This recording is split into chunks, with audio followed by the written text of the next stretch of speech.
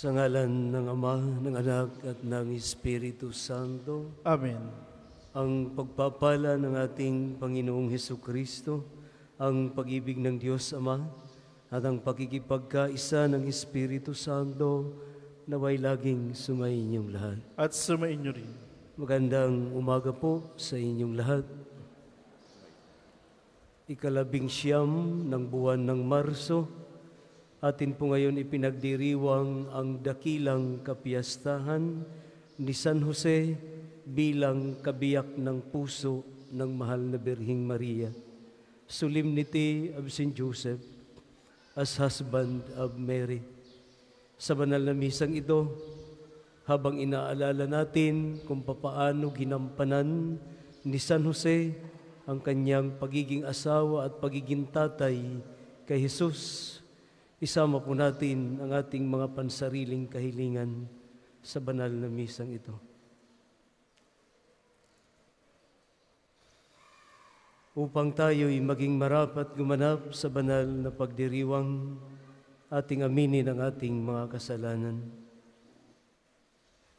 Inaamin ko sa makapangyarihang Diyos at sa inyo mga kapatid, na lubha akong nagkasala sa isip, sa salita at sa gawa, at sa aking pagkukulang. Kaya isinasamo ko sa mahal na Birhing Maria, sa lahat ng mga anghel at mga banal, at sa inyo mga kapatid, na ako'y panalangin sa Panginoong ating Diyos. Kaawaan tayo ng makapangyarihang Diyos, patawarin tayo sa ating mga kasalanan, at patnubayan tayo sa buhay na walang hanggan. Amen. Panginoon, kaawaan mo kami. Panginoon, kaawaan mo kami. Kristo,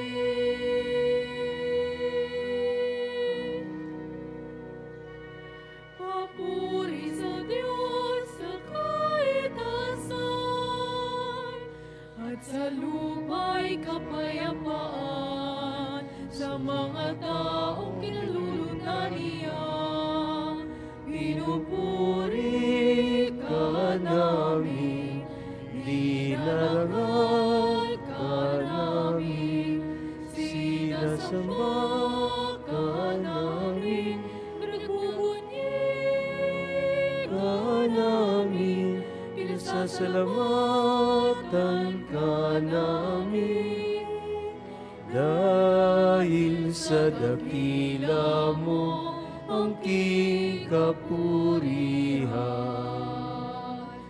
Panginoong Diyos, Hari ng langit, Diyos amang makapangyarihan sa lahat. Panginoong Hesukristo, bugtong na anak. Panginoong Diyos, Kordero ng Diyos, anak ng Ama.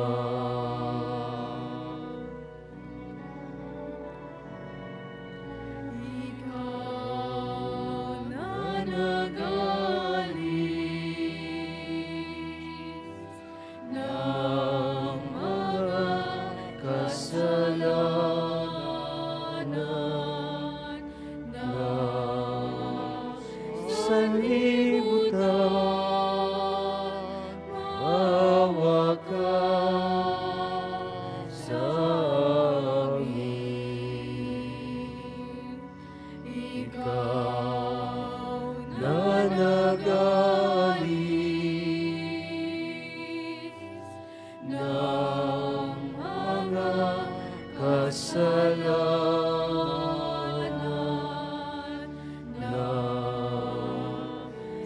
sanlibutan, tanggapin mo ang aming kahilingan. Ikaw na naluluklok sa kanan ng Ama. Maawa ka sa amin. Maawa ka sa amin. Sapagkat ikaw Lamang ang banal, ikaw lamang ang Panginoon. Ikaw lamang, O Jesucristo, ang katastasan, kasama ng Espiritu Santo, sa dakilaan ng Diyos Ama. Amen.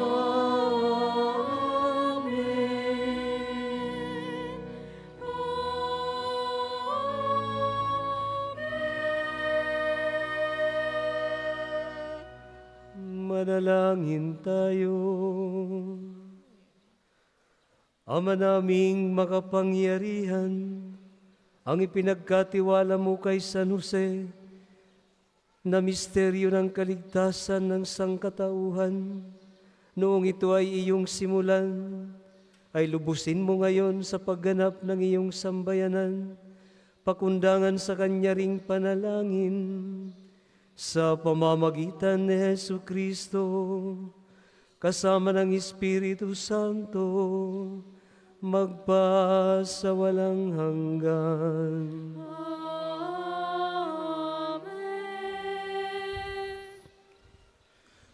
Pagbasa mula sa ikalawang aklat ni Samuel. Noong mga araw na iyon, sinabi ng Panginoon kay Nathan, "Ganito ang sabihin mo kay David, pagkamatay mo, isa sa iyong mga anak ang papalit ko sa iyo. Patatatagin ko ang kanyang kaharian. Siya ang magtatayo ng templo para sa akin. At sa kanyang angkan magmumula ang maghahari sa aking bayan magpakailanman. Kikilalanin ko siyang anak at ako namay magiging ama niya. Magiging matatag ang iyong sambahayan.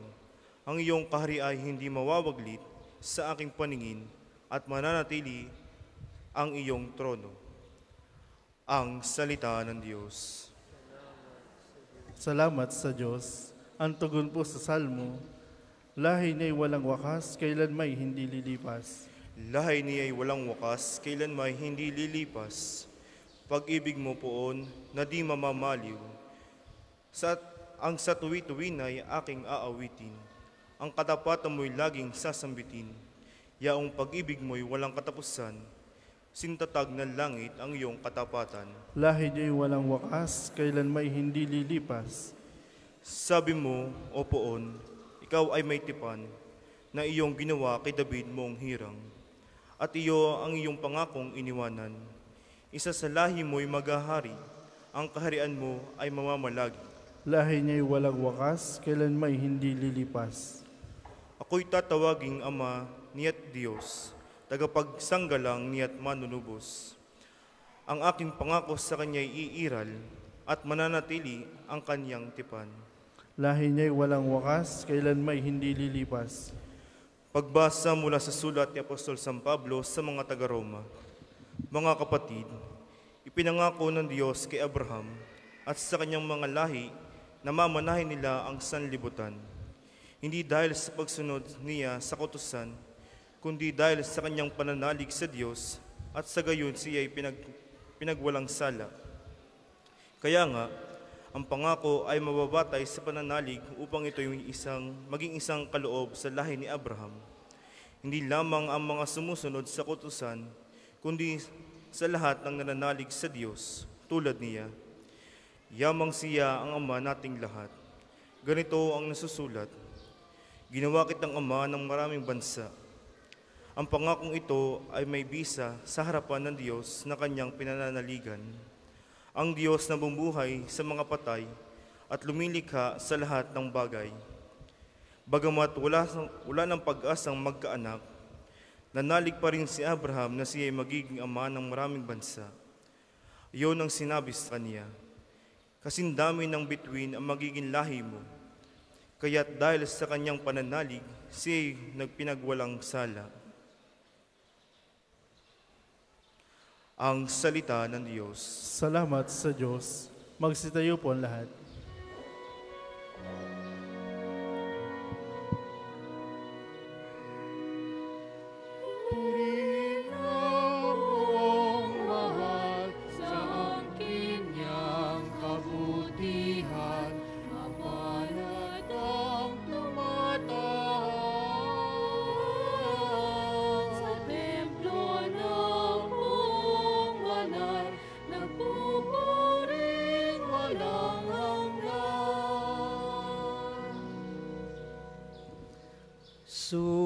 Sumainyo ang Panginoon. At sumainyo rin. Ang mabuting balita ng Panginoon ayon kay San Mateo. Papuri sa iyo, Panginoon. Si Jacob ang ama ni Jose na asawa ni Maria. Si Maria naman ang ina ni Jesus na tinatawag na Kristo. Ganito ang pagkapanganak kay Jesucristo. Si Maria na kanyang ina at si Jose ay nakatakda ng pakasal. Ngunit bago sila nakasal, si Maria ay natagpuang nagdadalang tao. Ito'y sa pamamagitan ng Espiritu Santo. Isang taong matuwid itong si Maria na kanyang magiging asawa, ngunit ayaw niyang mapahiya si Maria, kaya ipinasyan niyang hiwalayan ito ng lihim. Samantalang iniisip ni Jose ang mga bagay na ito, nagpakita sa kanya sa panaginip ang isang anghel ng Panginoon. Sabi niya sa kanya, Jose, anak ni David, huwag kang matakot na tuluyang pakasalan si Maria, sapagkat siya'y naglihi sa pamamagitan ng Espiritu Santo. Manganganak siya ng isang lalaki, at ito'y pangangalanan mong Jesus, sapagkat siya ang magliligtas sa kanyang bayan sa kanilang mga kasalanan. Nang magising si Jose, sinunod niya ang utos ng anghel ng Panginoon. Ang mabuting balita ng Panginoon. Pinupuri ka namin, Panginoong Jesucristo. Maligayang pagdating sa pambansang dambana at parokya ni Santo Padre Pio. Ang dakilang kapiyastahan ni San Jose bilang kabiyak ng ating mahal na ina. Ang ating pagninilayan ngayon ay ang pagiging protector ni San Jose sa mag-anak na ipinagkatiwala sa kanya ng Diyos. Kung atin pong babaybayin ang ating ebanghelyo ngayon, na kung saan ay lihim, nahihiwalayan na sana ni San Jose si Maria dahil natagpuan niya itong nagdadalang tao, samantalang wala pang nangyayari sa kanila.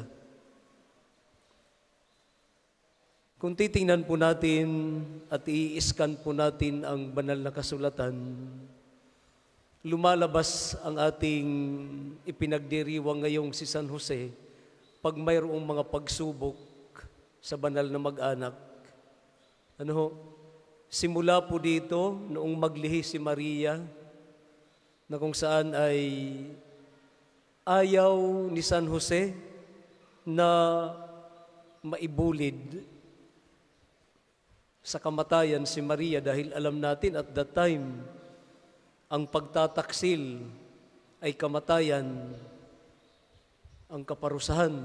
Babatuhin ito hanggang mamatay. Kaya ang ginawa ni Jose kung bakit palihim niyang hihiwalayan si Maria, dahil isa ito sa pagproteksyon niya sa bata, na kahit alam niya na hindi kanya, proproteksyonan niya si Maria at ang bata na nasa kanyang sinapupunan. Dahil sabi ko nga kanina, pwede niyang isuplong sa mga otoridad kung ano ang nangyari kay Maria, subalit hindi niya ito ginawa. Ikalawang senaryo na ginawa ni San Jose, noong isilang ang ating Panginoon, isa rin po itong pagsubok. Bagamat kung atin din pong i-scan uli ang banal na kasulatan, wala po tayong makikitang dialogue, kahit isang salita ni San Jose. Subalit, pinangatawanan ito ni San Jose sa pamamagitan ng kanyang pagsunod sa kalooban ng ating Panginoon. Noong isilang ang ating Panginoon na kung saan ay sa pamamagitan ng utos ni Emperador Augustus ng Roma, kung bakit sila'y napunta ng Bethlehem para sila'y magpatala, dahil ang utos na ito'y para sa lahat ng mga Hudyo na magpatala, na ang ibig sabihin, umuwi sa kanilang pinanggalingan, sa kanilang sinilangang bayan, ang bawat Hudyo, at doon magpatala para magkaroon ng data ang bawat isa. At umuwi si Maria at Jose sa Bethlehem dahil tagaroon sila. Sila'y lineage ni Haring David, kaya kailangan nilang pumunta ng Bethlehem at doon sila magpapatala. At doon naabutan ang ating mahal na Birhing Maria para ipanganak ang ating Panginoong Hesus. Tingnan niyo po, ikalawang pagsubok na ginampanan ni San Jose sa kanyang mag-ina. Naghanap sila ng mapapanganakan ni Maria, subalit sarado lahat. Ibig sabihin ay fully booked lahat. Wala nang mapuwistuhan, wala nang matuluyan si Maria at si San Jose. Saan humantong ang mag-asawa? Sa quarter ng mga hayop at ipinanganak ang hari ng mga hari, ang Diyos ng mga Diyos, ang may-ari ng sangkalupaan, ang ating Panginoong Hesus sa sabsaban sa quarter ng mga hayop. Bilang isang ama, ano kaya ang nararamdaman ni San Jose at that time? Subalit, prinoteksyonan pa rin niya ang kanyang mag-ina para lamang maipanganak ng maayos kahit walang matuluyan ang kanyang mag-inang ito, ang kanyang manganganak na asawa. Pagkatapos maipanganak, pinagtangkaan ang buhay ng bata ni Herodes. Kinailangan na namang lumitaw ni San Jose sa pamamagitan ng Anghel Gabriel.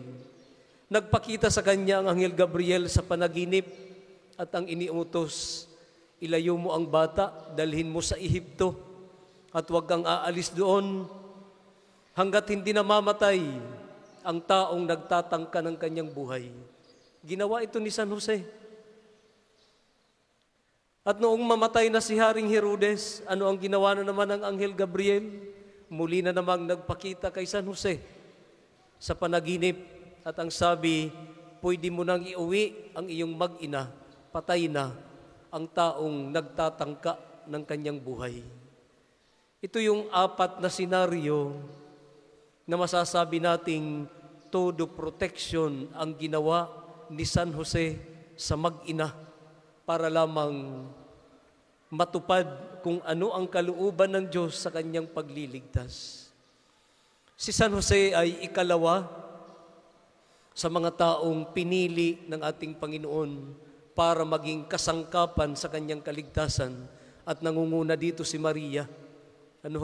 Bilang gagamitin ng Panginoon ang sinapupunan ng mahal na Birhing Maria para sa kakatawang tao ng kanyang anak at pumapangalawa ang ating ipinagdiriwang ngayong si San Jose dahil sa kanyang pagsunod sa kalooban ng ating Panginoon. Ito yung protection na ginawa ni San Jose sa ating mag-ina. Kaya nga, pumasok ang kaligtasan sa sangkatauhan. Marahil ang katanungan sa atin, my dear brothers and sisters, sa mga tatay na narito ngayon, ang hamon marahil sa inyo bilang mga tatay, papaano nyo prinoproteksyonan ang inyong pamilya bilang pagsunod sa kung ano ang ginampanan ni Jose sa kanyang banal na mag-anak at bilang pagsunod sa kalooban ng Diyos na kung saan ang pinaka-creator naman ng pamilya ay ang Diyos. Kaya nga yung mag-asawa, co-creator lamang sa kanyang pamilyang ginagawa o binubuo. Ang Diyos, ang creator ng buong pamilya. Kaya nga, itinuturo sa atin ng simbahan na dapat ang haligi ng tahanan ang nangunguna para akayin ang buong pamilya sa pananampalatayang Kristiyano, sa pananampalataya sa Diyos. Dahil kung ang nanay lamang, kulang na kulang. Subalit kung pangungunahan ito ng isang tatay, aakayin niya, dadalhin ang kanyang buong pamilya, pangungunahan niya, i-inspire niya, i-guide niya. Magiging halimbawa ang isang tatay, magiging buo at matibay ang isang pamilya. Ito ang ginampanan po ni San Jose sa kanyang pagsunod, sa kanyang pagtugon sa panawagan ng ating Panginoon. Lahat ay yes ang ginampanan ng ating pinagdiriwang ngayong santo na si San Jose. Ni walang katanungan, lahat ay sinunod niya dahil ganun na lamang ang kanyang pagsampalataya sa Diyos na kanyang nakikilala.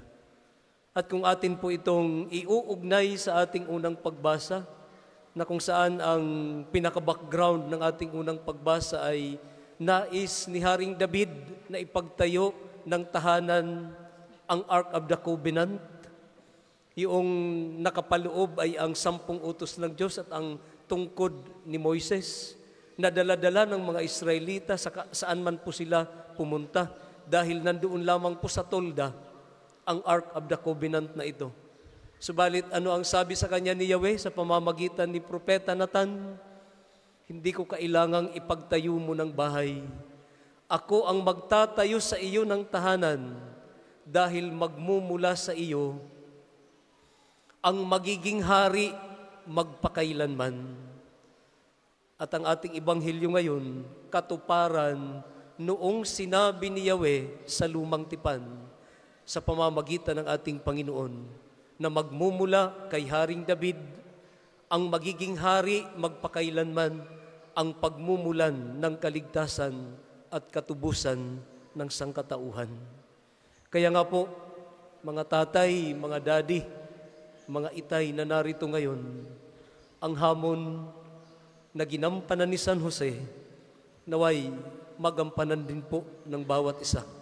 Maging responsable na protektor ng inyong pamilya, dahil kung maproproteksyonan ninyo ang inyong pamilya, ito'y pagsunod sa kalooban ng Diyos, kagaya ng ginawa ni San Jose. San Jose, ipanalangin mo kami. Amen.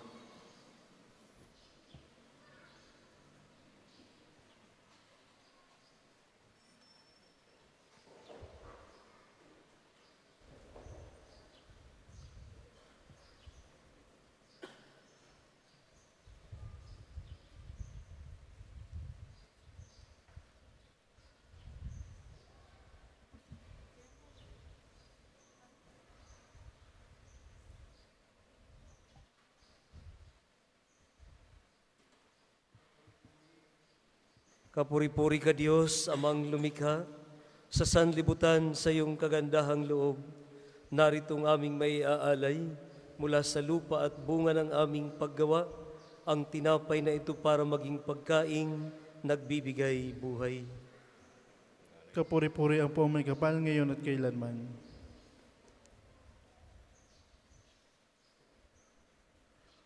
Para sa paghahandog ng sobre, pakihulog na lamang po sa buslo.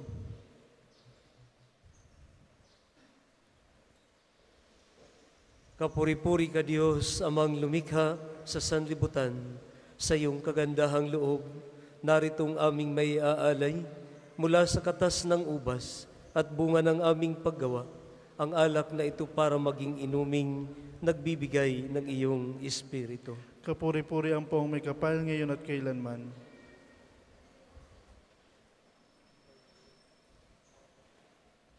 Magsitayo po lahat. Manalangin kayo mga kapatid upang itong ating paghahain ay kalugdan ng Diyos amang makapangyarihan. Tanggapin nawa ng Panginoon itong paghain sa iyong mga kamay, sa kapurihan niya at karangalan sa ating kapakinabangan at sa buong sambayan niyang banal. Ama naming lumikha, ang maaasahang paglilingkod ni San Jose sa iyong anak na isinilang ng mahal na Berhing Maria, ay siya rin nawang maganap sa aming paghahain, na loobin mong magawa namin ng may malinis na puso sa pamamagitan ni Jesucristo, kasama ng Espiritu Santo, magpasawalang hanggan.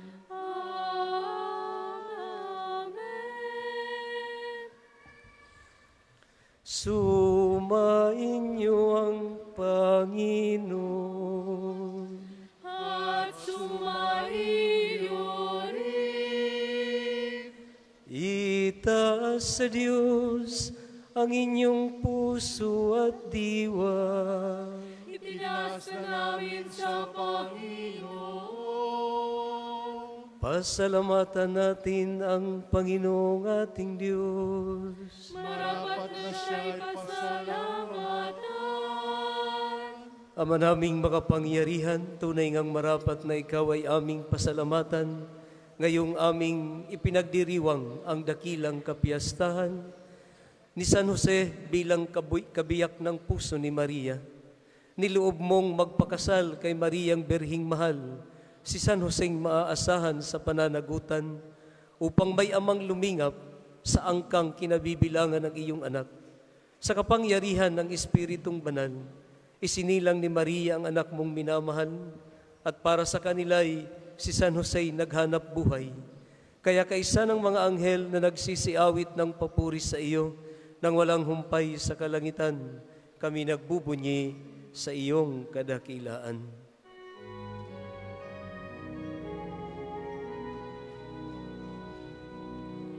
Banal ka pong may kapal, banal ang iyong pangalan, banal ang iyong kaharian. Langit lupa'y nagpupugay sa iyong kadakilaan. Dinadakilan ng lahat ang naparito mong anak, na siyang namulat sa bulan. Sa pilay ay nagpalakad at nakiramay sa lahat. Kung hindi po kayang lumuhod, ay manatili pong nakatayo na may paggalang. Ama naming banal, dapat kang purihin ng tanang kinapal, sapagkat sa pamamagitan ng iyong anak na aming Panginoong Hesukristo at sa kapangyarihan ng banal na Espiritu, ang lahat ay binibigyan mo ng buhay at kabanalan. Walang sawa mong tinitipon ang iyong sambayanan, upang mula sa pagsikat hanggang sa paglubog ng araw, maihandog ang malinis na alay para sambahin ang iyong ngalan. Ama, isinasamo naming pakabanalin mo sa kapangyarihan ng banal na Espiritu ang mga kaloob na ito na aming inilalaan sa iyo. Ito nawa ay maging katawan at dugo ng iyong anak at aming Panginoong Hesukristo na nag-utos ipagdiwang ang misteryong ito. Noong gabing ipagkanulo siya, hinawakan niya ang tinapay, pinasalamatan kanya. Pinaghati-hati niya iyon, iniabot sa kanyang mga alagad at sinabi, "Tanggapin ninyong lahat ito at kanin. Ito ang aking katawan na ihahandog para sa inyo."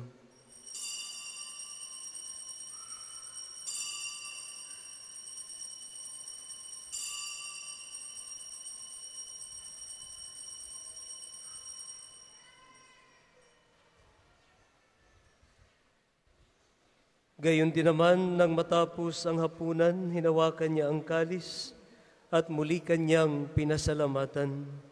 Iniabot niya ang kalis sa kanyang mga alagad at sinabi, "Tanggapin ninyong lahat ito at inumin. Ito ang kalis ng aking dugo, ng bago at walang hanggang tipan.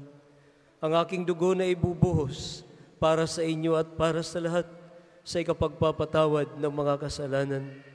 Gawin ninyo ito sa pag-alala sa akin."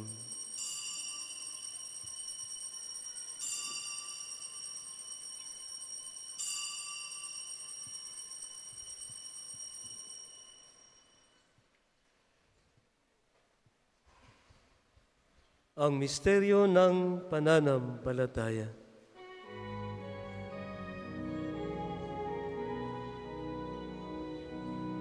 Aming ipinahayag na namatay ang iyong anak, na buhay bilang Mesiyas, at magbabalik sa wakas para mahayag sa lahat. Ama, ginugunita namin ang pagkamatay ng iyong anak na sa amin ay nagligtas, gayon din ang kanyang muling pagkabuhay at pag-akyat sa kalangitan, samantalang ang kanyang pagbabalik ay pinananabikan. Kaya bilang pasasalamat, ngayoy aming iniaalay sa iyo ang buhay at banal na paghahaing ito. Tunghayan mo ang handog na ito ng iyong simbahan, masdan mo ang iyong anak na nag-alay ng kanyang buhay, upang kami ay ipakipagkasundo sa iyo. Loobin mong kaming magsasalo-salo sa kanyang katawan at dugo ay mapuspos ng Espiritu Santo at maging isang katawan at isang diwa kay Kristo.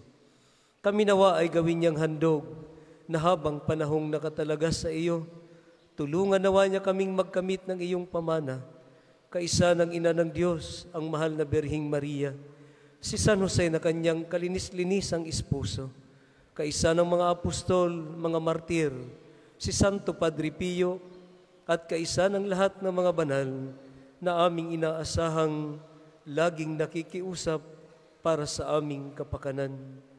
Ama, ang handog na ito ng aming pakikipagkasundo sa iyo ay magbunga nawa ng kapayapaan at kaligtasan para sa buong daigdig.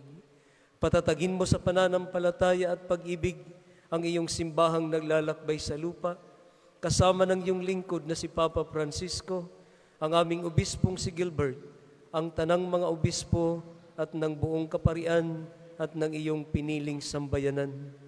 Dinggin mo ang mga kahilingan ng iyong angkan na ngayoy tinipon mo sa iyong harapan.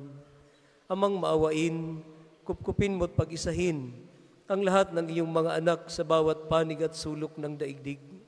Kaawaan mo't patuloyin sa iyong kaharian ang mga kapatid naming yumao at ang lahat ng lumisan sa mundong ito na nagtataglay ng pag-ibig sa iyo. Kami ay umaasang makararating sa iyong piling at sama-samang magtatamasa ng iyong kaningningang walang maliw, sapagkat aming masisilayan ang iyong kagandahan sa pamamagitan ng aming Panginoong Hesukristo na siyang pinagdaraanan ng bawat kaloob mo sa aming kabutihan. Sa pamamagitan ni Kristo, kasama niya at sa Kanya, ang lahat ng parangal at papuri ay sa iyo, Diyos amang makapangyarihan, kasama ng Espiritu Santo, magpasawalang hanggan.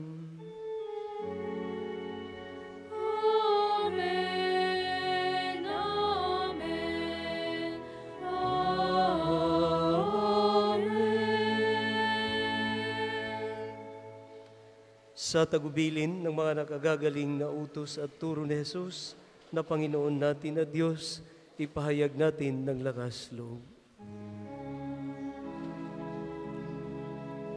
Ama namin, sumasalangit ka. Sambahin ang ngalan mo. Mapasamin ang kaharian mo.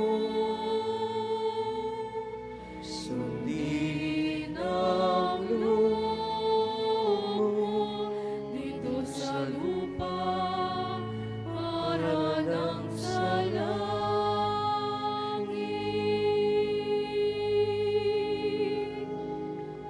Bigyan mo kami ngayon ng aming kakanin sa araw-araw. At patawarin mo kami sa aming mga sala para nang magpapatawad namin sa nagkakasala sa amin. At huwag mo kami ipahintulot sa tukso at iadya mo kami sa lahat ng masama. Hinihiling namin kami adya sa lahat ng masama, pagkalooban ng kapayapaan araw-araw, iligtas sa kasalanan at ilayo sa lahat ng kapahamakan, samantalang aming pinananabikan ang dakilang araw ng pagpapahayag ng tagapagligtas naming sa Jesucristo. Sapagkat iyong kaharian at ang kapangyarihan at ang kapurihan magpakailanman.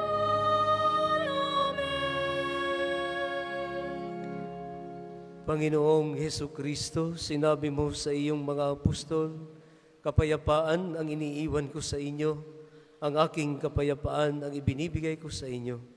Tunghayan mo ang aming pananampalataya at huwag ang aming mga pagkakasala.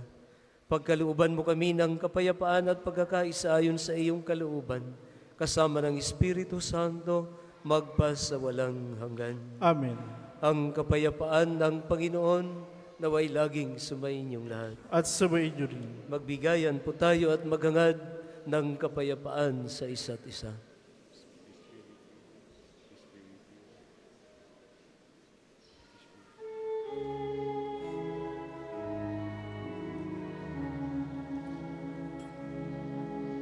Cordero ng Diyos, na nag-alis ng mga kasalanan ng sanlibutan,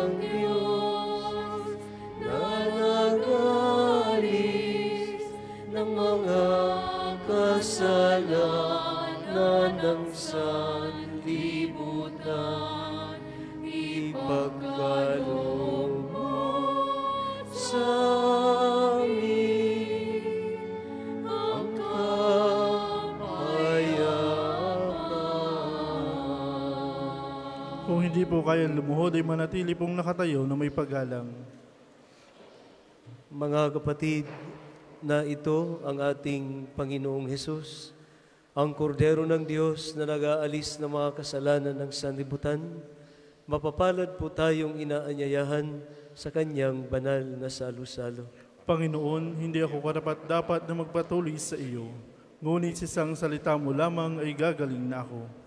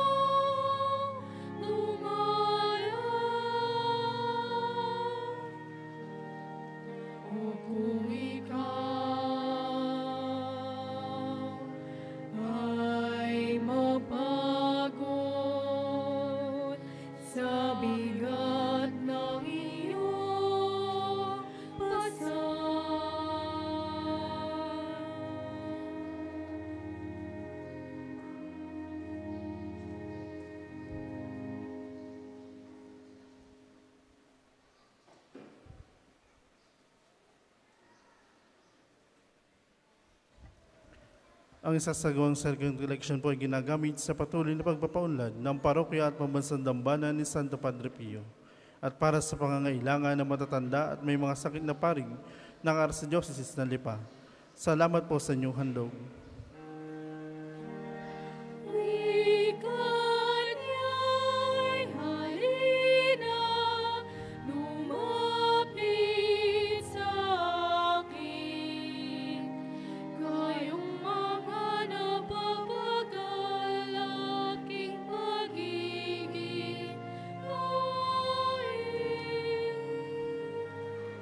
Magsitayo po ang lahat.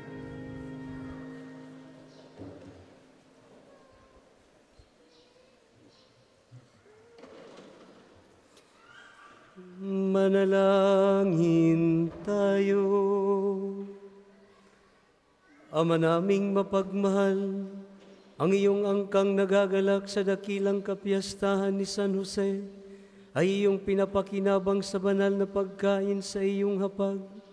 Ay lingapin mong lagi at panatilihin mong tumanggap ng iyong kaloob sa pamamagitan ni Jesucristo, kasama ng Espiritu Santo, magpasawalang hanggan. Amen. Panalangin ng pagtitiwala kay Santo Padre Pio. Padre Pio, taga Petrelcina, mongheng banal, pintakasing santo ng milenyong kasalukuyan, gabay namin sa pagtahak sa landasing makalangit, takbuhan sa pangangailangan, huwaran ng pagtitiis. Sa iyo namin inilalapit aming mga kagipitan, sa iyo po ibinibiling kalusugan at kabuhayan.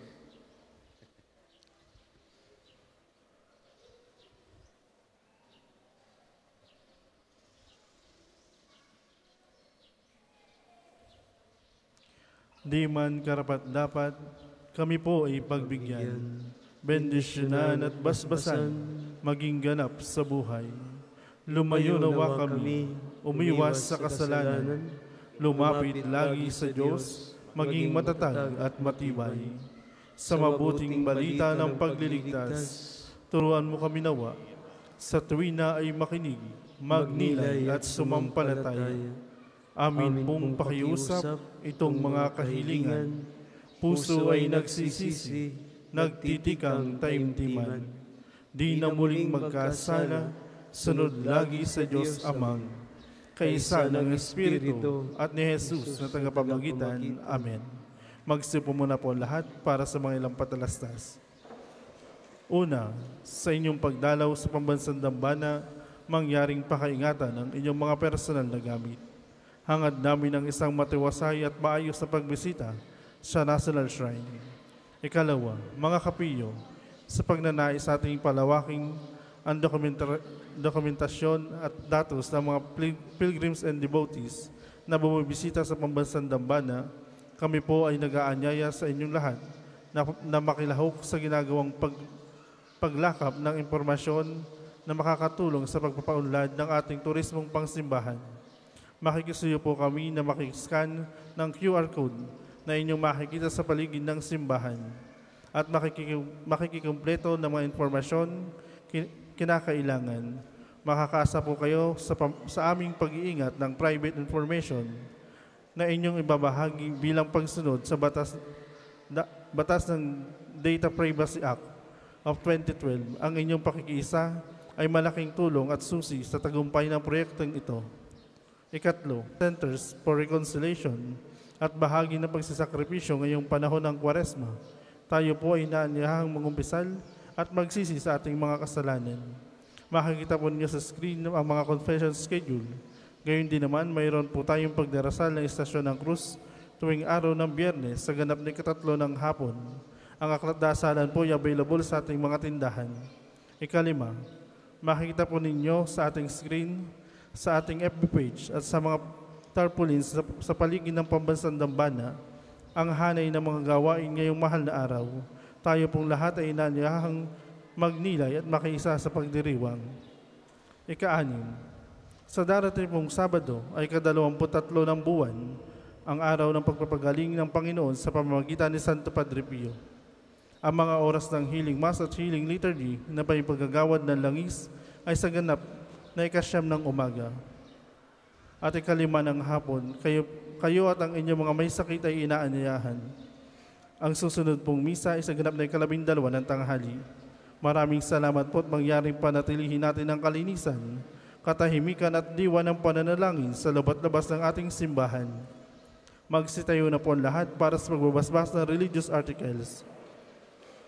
Mga kapatid, manalangin tayo sa Diyos amang makapangyarihan upang tayo ay maging kawangis ni Kristo sa taimtim na pagdalangin sa tulong ng mga larawan at ng mga dasalan. O Panginoong Diyos, Ikaw ang bukal ng lahat ng pagpapala at biyaya. Ibuhos po ninyo ang inyong bendisyon sa iyong sambayanan na nasa iyong harapan ngayon, kasama ang kanilang mga gamit sa pananalangin na nagpapaalala ng iyong kabutihan, kabanalan at pagmamahal sa amin, upang ang lahat na dumulog at magdasal ay magtamo ng iyong awa at biyaya. Loobin mong tularan namin ang iyong kabanalan at ang kabanalan ng mga santo magpa sa walang hanggan. Amen. Ama namin, sumasalangit ka, sambahin ang ngalan mo. Mapasa amin ang kaharian mo, sundin ang loob mo dito sa lupa para ng sa langit. Bigyan mo kami ngayon ng aming kakanin sa araw-araw at patawarin mo kami sa aming mga sala para ng pagpapatawad namin sa nagkakasala sa amin. At huwag mo kayong pahintulo sa tukso at ihadya mo kami sa lahat ng masama. Amen. Aba, Ginoong Maria, napupuno ka ng grasya. Ang Panginoong Diyos ay sumasa iyo. Bukod kang pinagpala sa babaeng lahat at pinagpala naman ang iyong anak sa Jesus. Santa Maria, Ina ng Diyos, ipanalangin mo kayong makasalanan, ngayon at kung kami mamamatay. Amen. Aba, Ginoong Maria, napupuno ka ng grasya. Ang Panginoong Diyos ay sumasa iyo. Bukod kang pinagpala sa babaeng lahat at pinagpala naman ang iyong anak sa Jesus. Santa Maria, Ina ng Diyos, ipanalangin mo kayong makasalanan, ngayon at kung kami mamamatay. Amen. Aba, Ginoong Maria, napupuno ka ng grasya. Ang Panginoong Diyos ay sumasa iyo. Bukod kang pinagpala sa babaeng lahat at pinagpala naman ang iyong anak sa Jesus. Santa Maria, Ina ng Diyos, ipanalangin mo kayong makasalanan, ngayon at kung kami mamamatay. Amen. Aba, Ginoong Maria, napupuno ka ng grasya. Ang Panginoong Diyos ay sumasa iyo. Bukod kang pinagpala sa babaeng lahat at pinagpala naman ang iyong anak sa Jesus. Santa Maria, Ina ng Diyos, ipanalangin mo kayong makasalanan, ngayon at kung kami mamamatay. Amen. Aba, Ginoong Maria, napupuno ka ng grasya. Ang Panginoong Diyos ay sumasa iyo.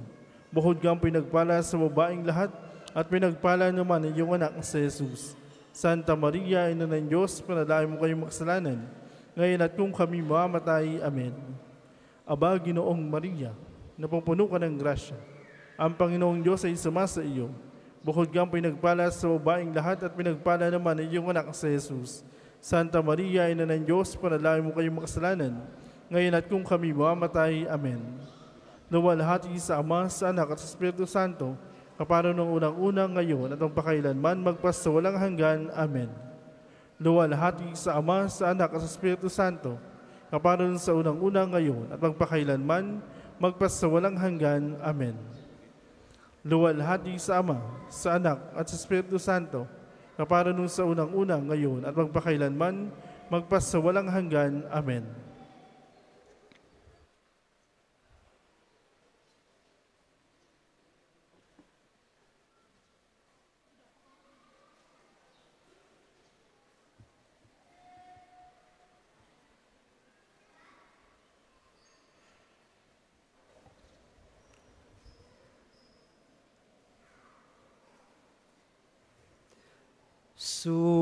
Sumainyo ang Panginoon. At sumainyo rin. At pagpalain kayong lahat ng makapangyarihang Diyos, ang Ama, Anak at ang Espiritu Santo. Amen. Naialay na po ang banal na misa. Humayo kayong mapayapa. Salamat sa Diyos. Sa Diyos. at ipahayag kanyang pagkalinga at habag, isabuhay pag-ibig at katarungan, tanda ng kanyang kaharian.